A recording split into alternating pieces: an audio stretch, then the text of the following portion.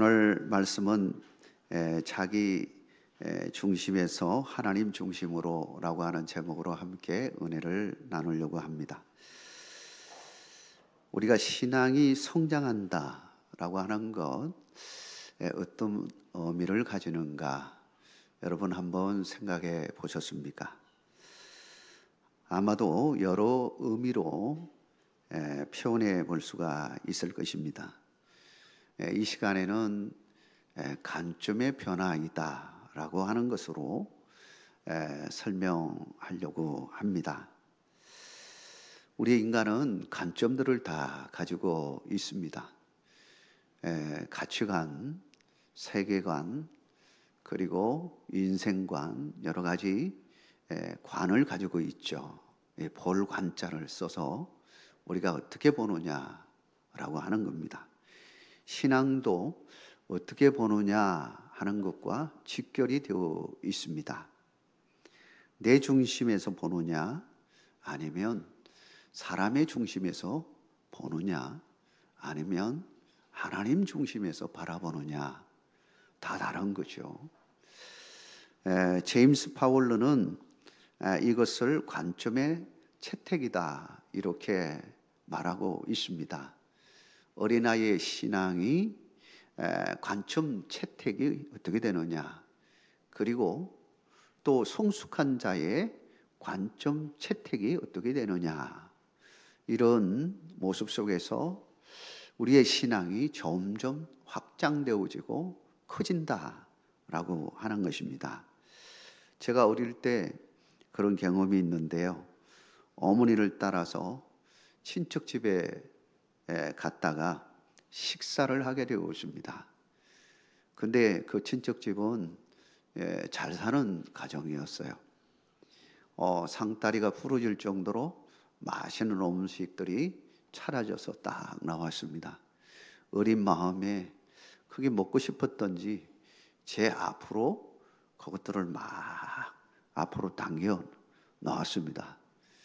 그랬더니 참고 바라보던 어머니께서 저를 조용히 밖으로 데리고 나갔습니다. 그리고는 뒤지기 팼습니다. 제가 그걸 기억해요. 얼마나 맞았는지. 어릴 때 어린아이들은 당연히 그런 것이 있잖아요. 그게 뭘까요? 자기 중심적이다라는 거예요. 신앙에 있어도 자기 중심적인 사람이 있습니다. 기도하는 것도 자기 중심에 놓고 기도를 해요. 그리고 또 신앙생활에 있어서 여러 가지 생각하고 판단하고 결정하는 것에 있어서도 마찬가지예요. 자기 중심입니다. 봉사도 자기 중심으로. 하나님의 말씀을 보는데도 자기 중심이에요. 자기 중심적으로 해석을 해요. 여러분, 신앙이 성장한다는 것은 바로 자기 중심에서 하나님 중심으로 발달되어지는 과정임을 여러분 믿으시기를 바랍니다. 우리 모두는 바로 하나님 중심의 신앙생활에 이르는 우리 모두가 되기를 주의 이름으로 축원합니다. 그래서 저는 욥을 몇 시간에 걸쳐서 살펴보았지만 특별히 이제 마무리를 지으면서 욥기를 보면서 바로 그러한 것을 보게 되었습니다. 욥이 어떤 사람이냐? 욥도 어린 아이의 모습을 가지고 있었구나. 그리고 이제는 하나님을 직접 만남으로 말미암아 성숙한 그런 하나님 중심의 신앙으로 나아갈 수 있게 되었구나. 이걸 바라보면서 오늘 함께 나누려고 하는 것입니다. 여러분에게 성숙한 하나님의 중심의 믿음의 복된 삶을 사시기를 주의 이름으로 축원합니다. 먼저 욥은 자기 중심적 신앙을 가지고 있었다 하는 겁니다. 욥은 나는 의로운 자다라고 하는 의식이 아주 강하다는 사실을 발견하게 되어집니다. 물론 처음에는 아주 겸손하고 의로운 자의 모습을 보여줍니다. 그러나 그의 내면의 깊숙한 자리에 들어가 보면 그렇지 않다는 사실을 보게 되어집니다. 오히려 그 속에 그 마음 중심에 아주 깊은 자리에는 성인 아이의 모습을 가지고 있다라고 하는 것을 보게 되옵니다. 이 성인 아이라고 하는 이 말은 이 상담학에서 심리학에서 쓰이는 말입니다. 이 성인 아이의 특징을 보면 나는 항상 타인의 찬송과 칭찬을 필요로 한다. 그런 마음의 심리가 있습니다. 그리고 자기는 타인과 다르다. 그런 확신을 가지고 있습니다. 또 어떤 사람은 그렇기 때문에 쉽게 상처를 받아요. 상처를 받는 그런 마음이 있습니다. 욥의 내면을 보면 이러한 특징들을 발견하게 되어집니다. 어린 아이의 성인이지만 성인 속에 있는 어린 아이의 모습을 발견하게 되어집니다. 욥이 얼마나 칭찬을 많이 받았는 줄 아십니까? 욥기의 저자가 욥을 소개하는데 1장 1절에 이렇게 말합니다. 우스 땅에 욥이라 불리는 사람이 있었는데 그 사람은 온전하고 정직하여 하나님을 경외하며 악에서 떠난 자더라. 이렇게 말합니다. 정말 이것만큼 대단한 신앙의 칭찬이 어디 있습니까? 더불어서 하나님께서도 욥을 칭찬하는데 욥기 1장 8절에 보니까 여호와께서 사탄에게 이르시되 네가 내 종 욥을 주의하여 보았느냐? 그와 같이 온전하고 정직하여 하나님을 경외하며 악에서 떠난 자는 세상에 없느니라. 야, 이렇게 대단한 칭찬이 어디 있습니까? 어쩌면은 욥은 이 칭찬에 아주 익숙해져 있는지도 모르겠습니다.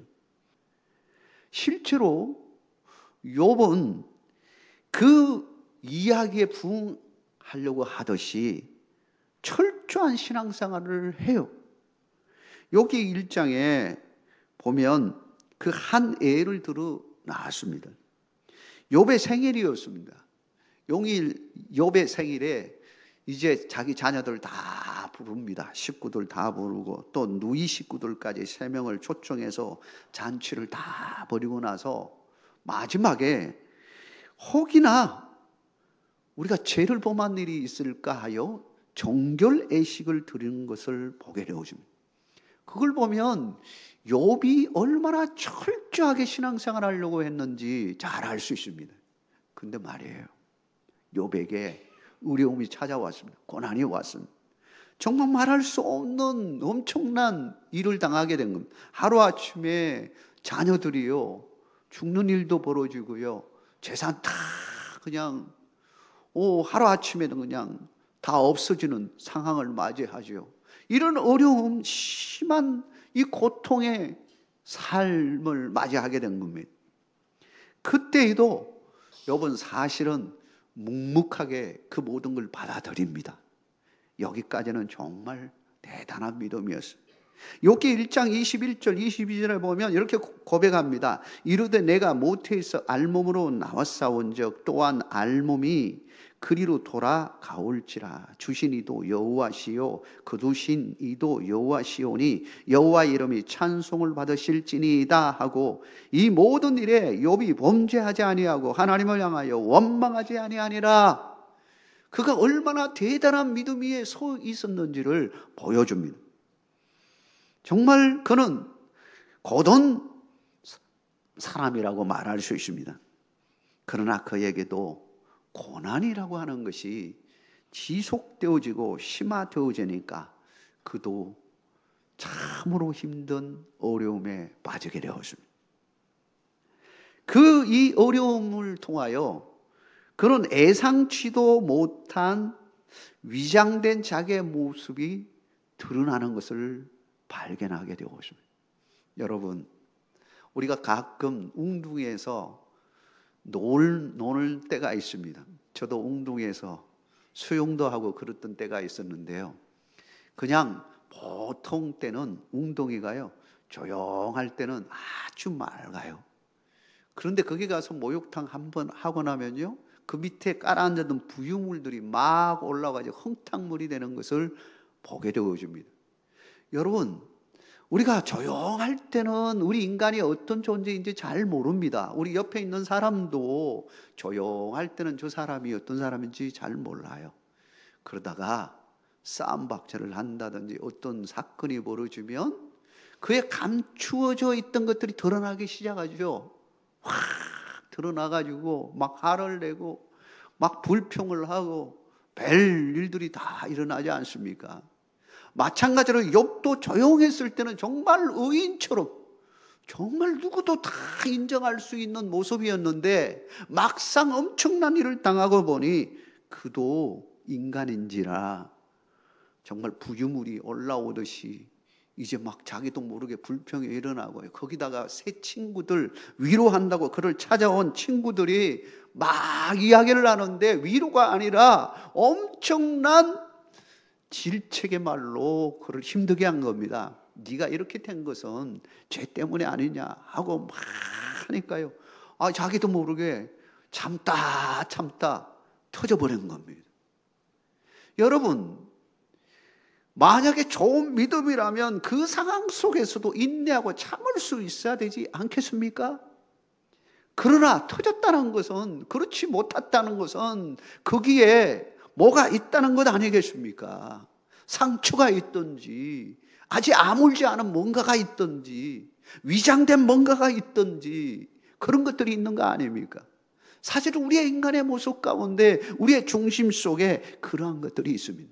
욥은 철저하게 나는 의롭게 산다는 것에 아주 그것이 그의 삶의 목적인 것처럼 목숨 걸고 지키려고 하는 가치관이었습니다. 그런데 그것이 친구들을 통해서 막 깨지기 시작한 겁니다. 그래서 하나님께서는 우리에게 그걸 보여주기 위해서 때로는 고난을 주고요, 힘든 과정을 주고요, 그 어려운 과정 속에서 철저하게 자기 자신을 보게 해 주는 것입니다. 이것을 여러분 생각해 보십시오. 어둠이라고 하는 것, 사실 어둠이 있다는 것은 우리 모두가 그렇게 즐거워하는 것은 아닙니다. 그러나 어둠이 필요할 때가 있습니다. 어둠이 필요할 때가 있어요. 우리 주님이 탄생하는 것을 보여주시기 위해서 하나님께서는 별을 반짝반짝 비치게 해주셨습니다. 그걸 누가 봤냐면 바로 누가 본 겁니까? 동방 박사들이 그 별을 보고 찾아온 것 아닙니까? 근데 만약에 대낮에 그 별을 보려고 하면 보이겠습니까? 보이지 않습니다. 밤에만 별이 보입니다. 더군다나 어둠이 가득 차면요, 별들은 더 반짝입니다. 우리의 인생에 있어서요, 어두움도 때로는 필요합니다. 내 자신이 확 드러날 때가 언제냐면 정말 어둡고 칙칙하고 힘들고 어려운 순간에 내가 어떤 인간인가를 발견하게 되어지는 것입니다. 그리고 마찬가지로 어둡고 어두운 그 세계 속에서 우리는 주님이 비추어주는 빛을 보게 되어지는 것입니다. 사랑하는 성도 여러분, 그런 은혜가 여러분과 함께 하기를 주의 이름으로 축복합니다. 두 번째로 욥은 연단과 훈련을 통해서 자기 자신의 연약함을 발견하게 되어줍니다. 욥은 새 친구들로부터 심한 질타를 받고 괴로워합니다. 특별히 욥기 22장 3절에서 5절에 보면 엘리바스가 그에게 말하는데 결정타를 날리는 것처럼 심한 말을 해요. 네가 의로운들 전능자에게 무슨 기쁨이 있겠으며 네 행위가 온전한들 그에게 무슨 이익이 되겠느냐. 하나님이 너를 책망하시며 너를 신문하심이 너의 경건함 때문이냐. 네 악이 크지 아니하냐. 네 죄악의 끝이 없느니라. 결론적으로 말하면 어떤 인간이라고 하는 겁니까? 네가 하나님 앞에서 얼마나 유익한 사람이냐. 하나님이 너를 버렸어. 너는 죄인이야. 네가 아무리 발버둥 쳐도 하나님은 너를 생각지도 않을 거야. 이런 식으로 지금 말하는 거 아닙니까? 가장 아픈 것을 찌른 것입니다. 친구의 말이 얼마나 욥에게 큰 상처를 주었겠습니까? 그렇다면 그 상처 입을 만한 그 이야기를 들을 때 욥은 어떤 마음을 가졌겠습니까? 고통이 이루 말할 수도 없겠죠. 그래서 하나님 앞에 기도하는 겁니다. 하나님, 저에게 왜 이런 말을 듣게 해주십니까? 왜 제 사랑하는 친구들로부터 이런 말을 들어야 합니까? 하나님의 뜻이 무엇입니까? 하고 하나님 앞에 간절히 기도했는데 하나님이 그 기도를 안 듣는 거예요. 침묵하고 계시는 거예요. 그렇다면 그는 얼마나 힘든 순간을 맞이했겠습니까? 그런데 하나님의 계획하심이 있었던 거예요. 우리 하나님은 모든 것을 다 끊으시고요, 모른 척 하시고요, 그런 가운데 욥은 홀로, 정말로 혼자 된 그 상황 속에서 자기 자신을 바라보게 되어집니다. 내 인생이 어떤 인생인가? 나는 정말로 하나님 앞에 부끄러움이 없는 인생을 살았는가? 그리고 나는 어떤 인생으로 가야 하는가? 하고 잠잠히 자기를 돌아보는 시간이 된 겁니다. 그때서야 그는 깨달았습니다. 하나님의 섭리를 바라보게 되었습니다. 아직은 활짝 열려져서 하나님의 뜻을 완전히 다 읽을 수는 없지만, 그러나 하나님의 계획하심이 있구나. 하나님께서 나를 훈련시키시고 단련시키려고 여기까지 지금 오게 하셨구나. 앞으로 나의 삶에도 하나님이 나와 함께 하시고 나를 이끌어 주실 것이다. 그런 이 생각이 들기 시작한 겁니다. 그래서 그는 이렇게 고백합니다. 욥기 23장 24절에 이렇게 말합니다. 그러나 내가 가는 길을 그가 아시나니 그가 나를 단련하신 후에는 내가 순금같이 되어 나오리라. 할렐루야. 여러분, 여러분의 인생에 지금 어느 시점에 와 있습니까? 여러분, 그 시점에서 지금 하나님을 어떻게 바라보고 있습니까? 여러분, 하나님이 여러분과 함께하고 있음을 믿으시기 바랍니다. 우리 하나님은 여러분의 기도를 들어주시지 않는 분이 아니십니다. 다 듣고 계십니다. 잠시 침묵할 뿐입니다. 그 침묵을 통해서 자기 자신을 발견하게 하시고 더 하나님을 붙들게 하시는 하나님의 계획하심이 있는 것입니다. 하나님은 엘리후를 통하여 다시 한번 욥의 삶을 점검하게 합니다. 세 친구 말고 또 한 명이 있어요. 엘리후라고 하는 이 친구가요, 나타나는데 욥기 32장부터요 37장에 이어서 대화를 하기 시작합니다. 욥도요, 이제 그런 상황 속에서 엘리후가 이야기하는 것을 막 들어요. 그런데 엘리후는 앞에 세 친구들보다도 정말로 어떤 점에서 보면 저는 마치 목회자처럼 보이고요, 신학자 같기도 하고요. 그런 엘리후가 이야기를 쭉 해요. 그런데 거기에서도 한계가 있었습니다. 그렇게 말하지만 욥이 이해를 잘 못하는 거예요. 내 중심에서 아무리 좋은 이야기를 하더라도 그걸 이해하는 사람이 이해할 수 있는 관점이 있어야 이해가 되어지는 것입니다. 우리가 그 수준에 도달하지 못했는데 아무리 좋은 말을 해도 그게 들리겠습니까? 이해가 되겠습니까? 이해가 되지 않습니다. 그리고 엘리후도 한계를 가지고 있었던 겁니다. 하나님의 섭리, 그 뜻을 온전하게 깨닫지 못하는 그런 어려움이 있었습니다. 그러니까 얼마나 목말하겠어요. 목마름이 막 차오르는 겁니다. 그런 상황 속에서 하나님께서 욥에게 나타나셨어요. 직접 나타나서 말씀하십니다. 욥기 38장부터 하나님과 대화를 나누는 모습을 보여줍니다. 사랑하는 성도 여러분, 우리 하나님께서 우리 인생을 불쌍히 여겨주셔서 예수님을 이 땅에 보내주신 것에 대하여 감사하는 여러분 되시길 주의 이름으로 축원합니다. 우리 하나님은 직접 예수 그리스도를 이 땅에 보내셔서 우리로 하여금 만나게 해주셨습니다. 욥도 하나님을 만나는 은총으로 들어가자 놀라운 삶의 변화가 일어나는 것입니다. 사람들이 아무리 좋은 말을 해주고 옆에서 막 이야기하더라도 여러분 하나님을 직접 만나는 것만큼 하겠습니까?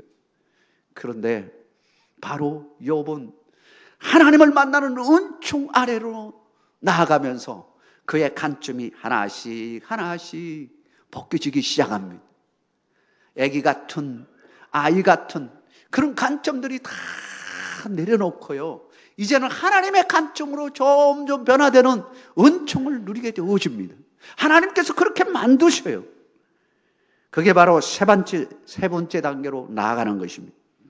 하나님을 만남으로 드디어 하나님의 중심의 신앙생활로 바꾸어지는 것입니다. 욥은 연단과 훈련의 과정을 통해서 자신의 의와 자아를 내려놓고 하나님의 중심의 신앙으로 변화되는 것입니다.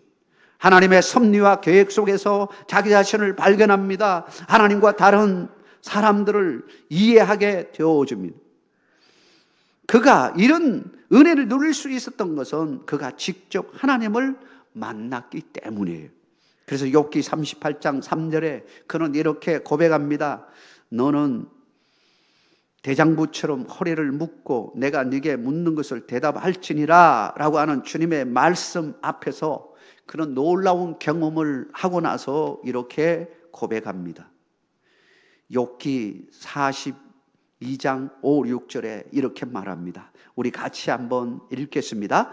내가 주께 대하여 귀로 듣기만 하였사오나 이제는 눈으로 주를 배웠나이다. 할렐루야.